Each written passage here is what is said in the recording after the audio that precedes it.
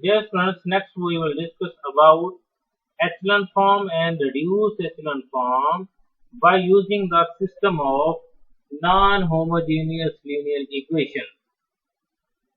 तो dear students, अब हमें सिस्टम एक दिया हुआ होगा नॉन होमोजेनियस लीनियर इक्वेशन का, उसके हम ऑगमेंटेड मैट्रिक्स बना के उसको यूज करेंगे और उसके बाद फिर हम उसको echelon फॉर्म में कन्वर्ट करेंगे और रिड्यूस echelon फॉर्म, और उसमें जो अननोन दिए होंगे उनकी हमें वैल्यूज कैलकुलेट करनी होगी।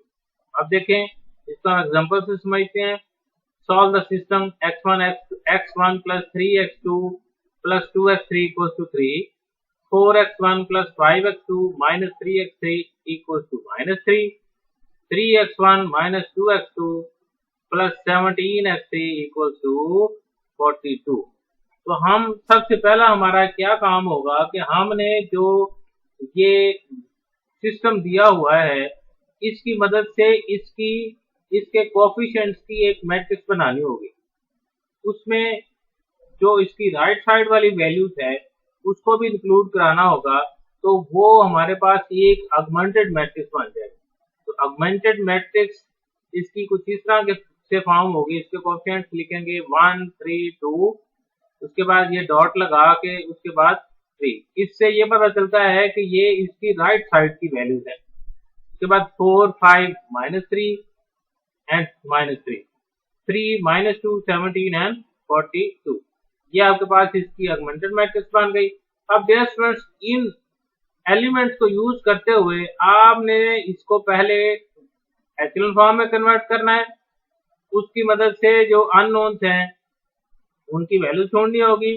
फिर उसके बाद हमने इसको रिड्यूस echelon फॉर्म में कन्वर्ट करके दोबारा से हमारे पास जो अननोन की वैल्यूज आएंगी वो जो echelon फॉर्म की मदद से कैलकुलेट की हुई होंगी बिल्कुल वही एग्जैक्ट वैल्यूज आएंगी जो पहले से कर चुके होंगे। तो इसको हम समझते हैं। देखें, सबसे पहला काम क्या है, हमने echelon फॉर्म में इसको कन्वर्ट करना है। echelon फॉर्म की पहली कंडीशन हमारे पास क्या है कि इसका जो नॉन जीरो एंट्री है वो लीडिंग एंट्री जो है वो आपके पास 1 होनी चाहिए।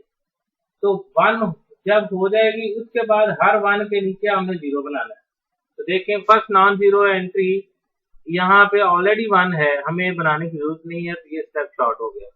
उसके बाद अगला स्टेप क्या है कि हमने हर 1 के नीचे 0 बनाना है। मींस दैट यहाँ पे 0 बनाना है और इधर 0 बनाना है। तो अब देखें, यहाँ 0 बनाने के लिए हमने फर्स्ट रो को अगर 4 से मल्टीप्लाई करके सेकंड रो में सब्ट्रैक्ट कर दें तो यहाँ 0 बन जाएगा।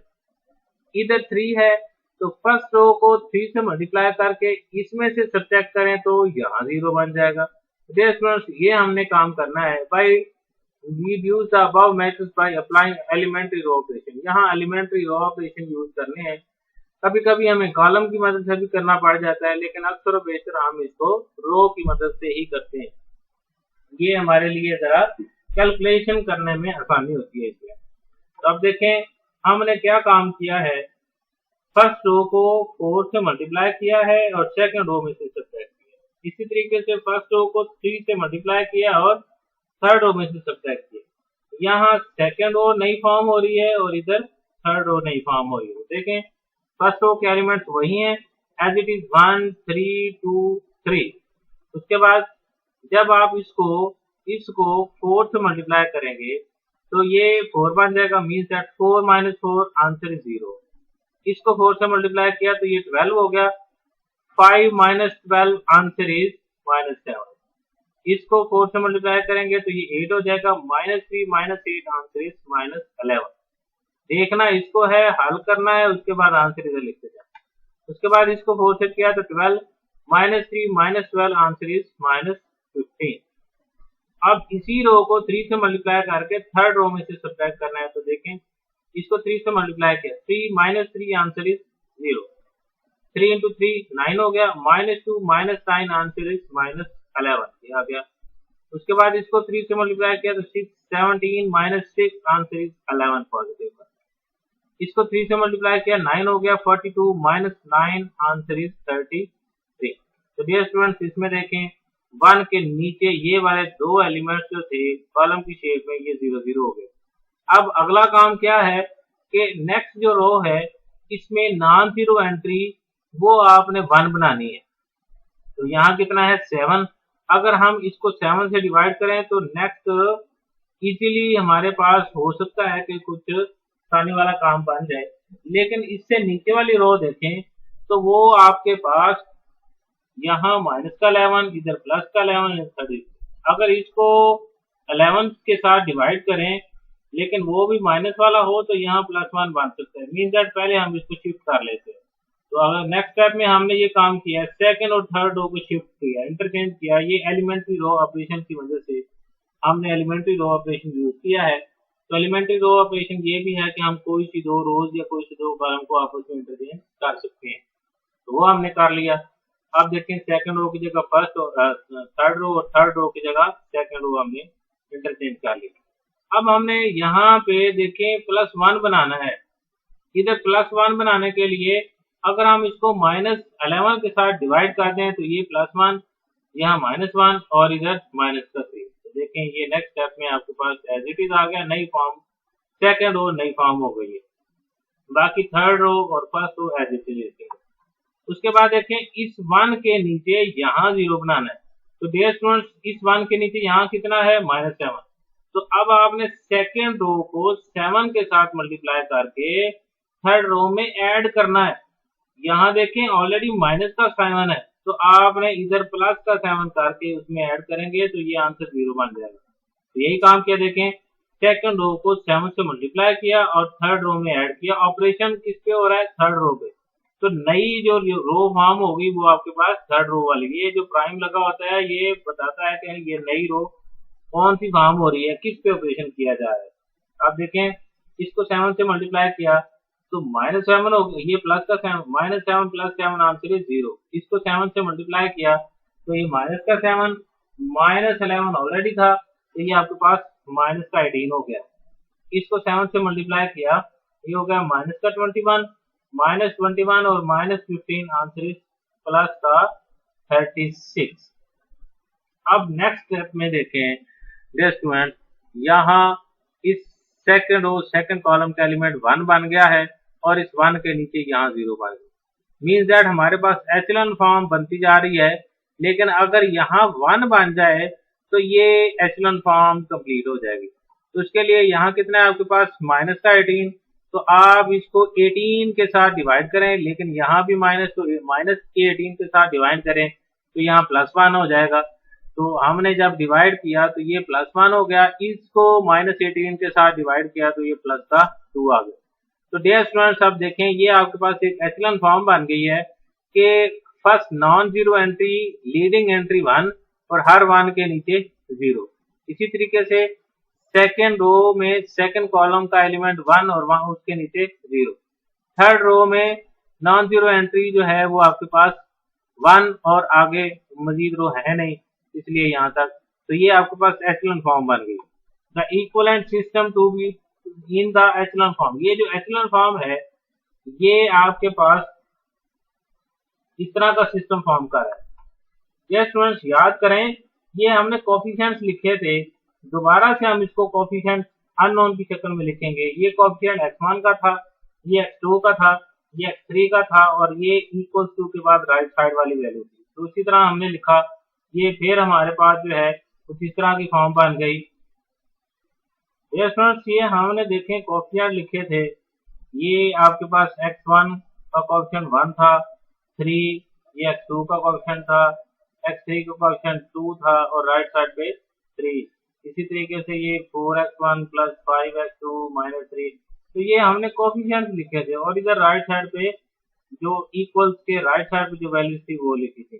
अब हमने दोबारा से ये जब इसको हमने कन्वर्ट कर लिया एचेलॉन फॉर्म में, तो अब इसको हमने दोबारा से सिस्टम में कन्वर्ट करना है, क्योंकि हमें इसकी वैल्यूज कैलकुलेट करनी है। x1, x2 और x3 की जो अननोन्स हैं उनकी वैल्यूज ढूंढनी है, हमने इस सिस्टम का सोल्यूशन लेना है। तो उसके लिए दोबारा से the equivalent system in the echelon form is, ये कोएफिशिएंट x1 का हो गया + 3x2 + 2x3 = 3। उसके बाद x1 का कोएफिशिएंट सेकंड इक्वेशन में 0 है और x2 का कोएफिशिएंट 1 और x3 का कोएफिशिएंट -1। तो देखें x2 -3 इक्वल टू -3। तो अब नेक्स्ट आपके पास x1 और x2 का कोएफिशिएंट 0 0 है, वो लिखा नहीं है। x3 का कोएफिशिएंट आपके पास 1 है, तो ये आ गया x3 इक्वल टू 2। तो डियर स्टूडेंट्स देखें, अगर आपके पास ये एक इक्वेशन, इसमें x3 की वैल्यू आपके पास 2 है, ये x3 की वैल्यू अपर इक्वेशन में पुट करें यहाँ पे 2, तो x2 -2 इज इक्वल टू -3। ये -2 जब उस साइड पे जाएगा तो ये आपके पास प्लस की फॉर्म आ जाएगी। x2 is equal to -3 plus 2, x2 की वैल्यू आपके पास कितनी आ गई? -1। तो इस तरह आपने इन सिस्टम की मदद से x1, x2 और x3 की वैल्यूज कैलकुलेट करनी है। तो देखें, substituting x3 is equal to 2 in second equation, we get x2 is equal to -1। उसके बाद अब हमारे पास x2 की वैल्यू -1 और x3 की वैल्यू 2, ये -1 x2 की वैल्यू और x3 की वैल्यू 2 ऑलरेडी, ये दोनों वैल्यूज पहली वाली इक्वेशन में पुट करेंगे। तो पहली वाली इक्वेशन क्या है? x1 प्लस 3x2, x2 की वैल्यू -1 है, प्लस 2x3, x3 की वैल्यू 2 है, वो यहाँ पुट करेंगे। तो ये आपके पास 3 into -1 answer is -3, 2 into 2 answer is 4 is equal to 3। तो इस तरह ये इक्वेशन बनी। अब आपने यूं करना है, ये वाला -3 ये दूसरी साइड पे जाके प्लस का 3 हो जाएगा, ये वाला 2 इंटू 2 4, ये 4 प्लस का है तो दूसरी साइड पे जाके माइनस का हो गया। तो लेफ्ट साइड पे आपके पास x1 बचा। तो x1 is equal to 3 plus 3 6, 6 minus 4 answer is 2। तो यहाँ से इस तरह से आपके पास thus the solution is x1 is equal to 2, x2 equal to -1 and x3 is equal to 2।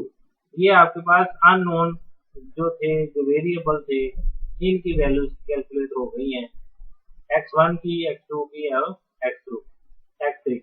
अब देखो जहां पे हमने ये काम खत्म किया था, यहाँ पे देखें ये खत्म किया था, तो इधर से एक दफा फिर हम इस अगर इक्वेशन को कोई नाम दे देते हैं, इसका कोई नाम रख देते हैं। फॉर एग्जांपल हम इस रिलेशन का, इस मैट्रिक्स का नाम रख देते हैं ए, जहां पे ये एचेलॉन फॉर्म हुई है। तो अब देखें दोबारा से हमने now from above A V reduce the matrix, वही वाली मैट्रिक्स हमने यूज की है टू रिड्यूस एचेलॉन फॉर्म। अब हम इसको रिड्यूस एचेलॉन फॉर्म बनाएंगे। तो देखें ये वाला मैट्रिक्स एज इट इज लिख दिया। अब हमने रिड्यूस एचेलॉन फॉर्म के बारे में ये पढ़ा था कि पहले शर्त ये है कि वो एचेलॉन फॉर्म हो, वो ऑलरेडी है हमारे पास। उसके बाद हमने इसको रिड्यूस एचेलॉन फॉर्म बनाना है। बनाने के लिए हर वन के नीचे ऑलरेडी 0 है, अब हर वन के ऊपर 0 बनाना है। तो ऊपर 0 बनाने के लिए यहाँ देखें, पहले हमने इधर से शुरू किया था, अब लास्ट जो रो होगी उससे, अब थर्ड रो से स्टार्ट कर रहे हैं। तो अब इस 1 के ऊपर 0 0 बनाना है। तो 0 0 बनाने के लिए यहाँ कितना है देखें 2। तो थर्ड रो को अगर हम 2 से मल्टीप्लाई करके फर्स्ट रो में से सब्ट्रैक्ट करें तो यहाँ 0 बन जाएगा, और थर्ड रो को सेकंड रो में अगर ऐड करें तो यहाँ 0 बन जाएगा। तो यही काम किया है, थर्ड रो को 2 से मल्टीप्लाई किया और फर्स्ट रो में से सब्ट्रैक्ट किया। तो अब जो चेंज हो रहा है वो फर्स्ट रो में हो रहा है। तो देखें इसको 2 से मल्टीप्लाई किया तो 0 इंटू 2 2 0 हो गया, 1 माइनस 0 आंसर इज 1। 3 माइनस ये वाला 0 जब उस 2 से मल्टीप्लाई तो भी 0, तो 3 माइनस 0 आंसर इज 3। 2 माइनस 1 को जब 2 से मल्टीप्लाई करेंगे 2 हो जाएगा, 2 माइनस 2 आंसर इज 0। इसको 2 से मल्टीप्लाई किया 4, 3 माइनस 4 आंसर इज -1। तो ये देखें ये आपके पास -1 आ गया। इसी तरीके से जब आप इसको और इसको आपस में ऐड करेंगे, सेकंड रो पे ऑपरेशन करना है। तो देखें 0 plus 0 answer is 0, 1 plus 0 answer is 1, 0 plus ये आपके पास अब -1 था, -1 plus 1 answer is 0, -3 plus 2 answer is -1। तो third row as it is लिख देंगे। अब देखें ये जो आपके पास थर्ड रो में 1 था, इसके ऊपर ये वाली एंट्री 0 0 हो गई। अब आपने यहाँ 0 बनाना है।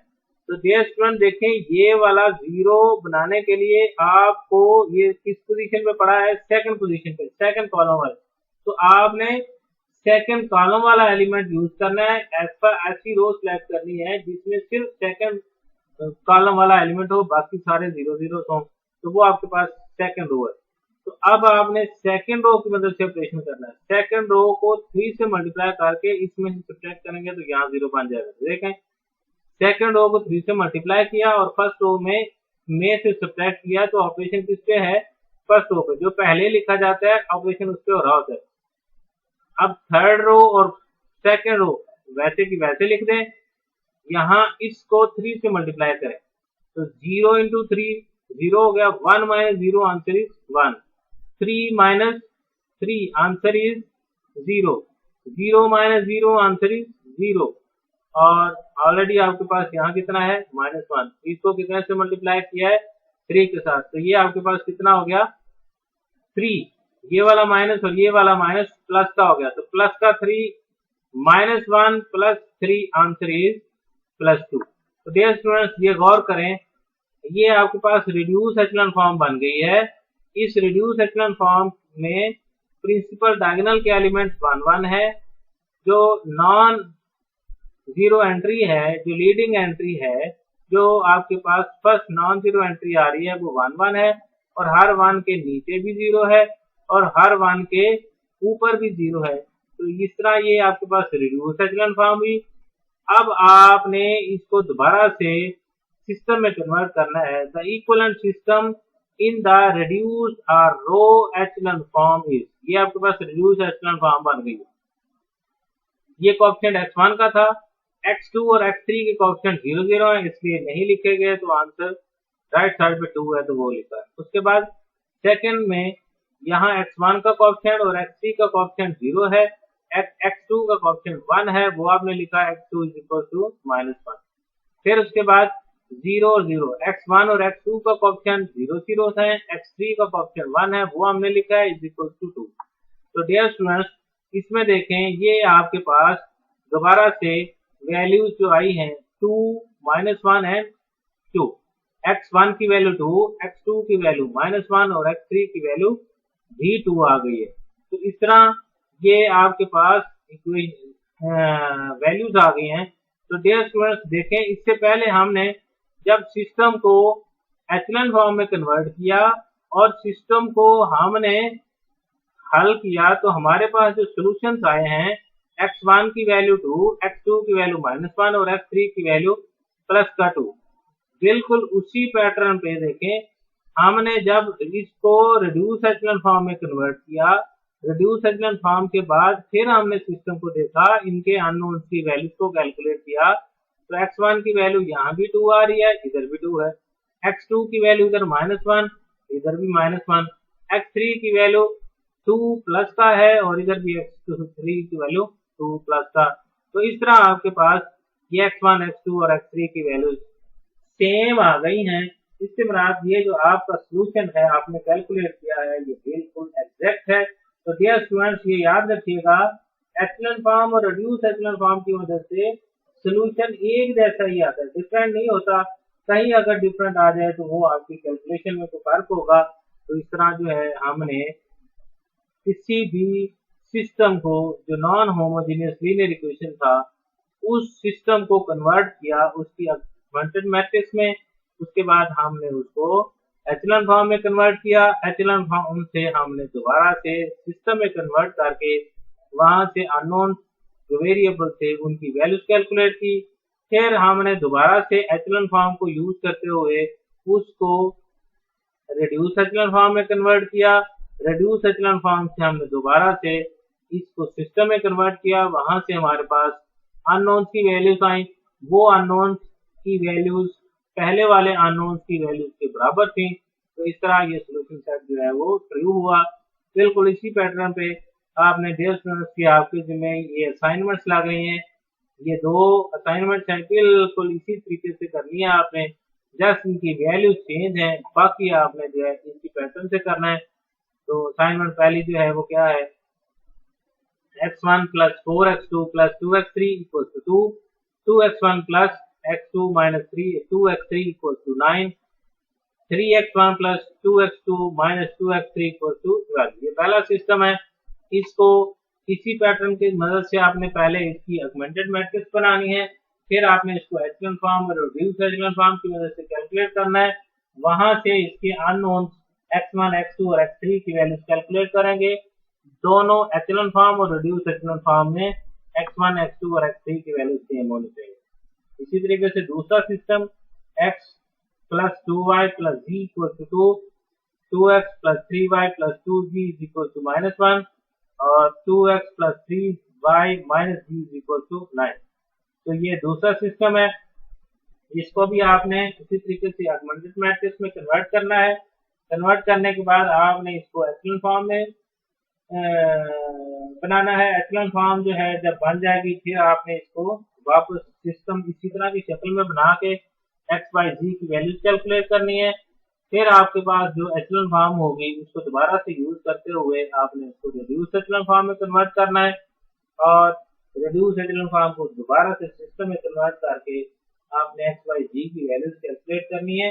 जो एचेलॉन फॉर्म और रिड्यूस एचेलॉन फॉर्म की वैल्यूज आएंगी वो दोनों सेंस में echelon form reduce echelon form में एक जैसी होंगी। तो इस तरह सोल्यूशन सेट जो है वो ट्रू हो जाएगा। तो डियर स्टूडेंट्स, इस तरह किसी भी नॉन होमोजेनियस लीनियर इक्वेशन को के सिस्टम को आपने ऑगमेंटेड मैट्रिक्स की फॉर्म में कन्वर्ट करके उसके अननोन्स की वैल्यूज को कैलकुलेट करना सीख लिया।